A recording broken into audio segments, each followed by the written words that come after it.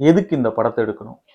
இப்ப ரீசெண்டா ரிலீஸ் ஆகி பயங்கர கான்ட்ரவர்சியான கேரளா ஸ்டோரி 2 இந்த படத்துல வந்து பாத்தீங்கன்னா 2 ரிலீஜியஸ்க்கும் நடுவுல நடக்கிற ஒரு சில விஷயங்களை வந்து காட்டியிருந்தாங்க. பட் இதுல என்ன அப்படின்னா ஒரு ரிலீஜியஸ ரொம்பவே தப்பா காட்டியிருக்கிற மாதிரி தான் வந்து எல்லாருக்குமே ஒரு ஃபீல் இருக்கு. இவ்வளவு கொடூரமா அவங்க இருப்பாங்களா? இவ்வளவு தூரம் வந்து நடக்குமா? இது வந்து உண்மையான ஒரு சப்ஜெக்ட்னா இதை வந்து நம்ம படமா எடுக்கலாம். ஏன்னா இவ்வளவு டீட்டெயிலா ஒரு பர்டிகுலர் ரிலீஜியனை வந்து காட்டுறதுன்றது வந்து உண்மையிலே அப்படி ஒண்ணு நடந்தா அதை வந்து எடுக்கலாம். சோ அப்படி இருக்கும் பட்சத்துல அது ரிலேட்டடான நியூஸ் ஃபார் எக்ஸாம்பிள் துரந்தர்ல வந்து பாத்தீங்கன்னா ஒரு ஒரிஜினல் இன்சிடென்ட் நடக்கும். அதோட ஃபுட்டேஜும் வரும், சேம் படத்தோட ஃபுட்டேஜையும் போடுவாங்க. ஏன்னா டைரக்டர் அண்ட் இந்த மூவி மேக்கிங்ன்றது வந்து ஒரு ரெஸ்பான்சிபிலிட்டி. ஏன் அப்படின்னா சின்ன குழந்தையில இருந்து பெரியாள் வரைக்கும் இன்னைக்கு வரைக்கும் அவங்களுக்குள்ள வந்து இன்ஸ்பிரேஷன் நடந்துகிட்டே தான் இருக்கு. ஒரு படம் பார்க்க பார்க்க நமக்கு வந்து அந்த படத்துல இருந்து நிறைய இன்ஸ்பிரேஷன் நடக்கும். அதுதான் வந்து லைஃப்ல நிறைய பூஸ்ட் கொடுக்குது. டவுனா இருக்கும்போது மோட்டிவேஷன் சாங் எல்லாம் கேட்கறதே அதுதான். நம்மள வந்து இன்னைக்கும் மூவி சார்ந்த ரிலேட்டடான வர்ற எல்லா விஷயமும் நம்மள இன்ஃப்ளூயன்ஸ் பண்ணுது. சோ அப்படி இருக்கும் பட்சத்துல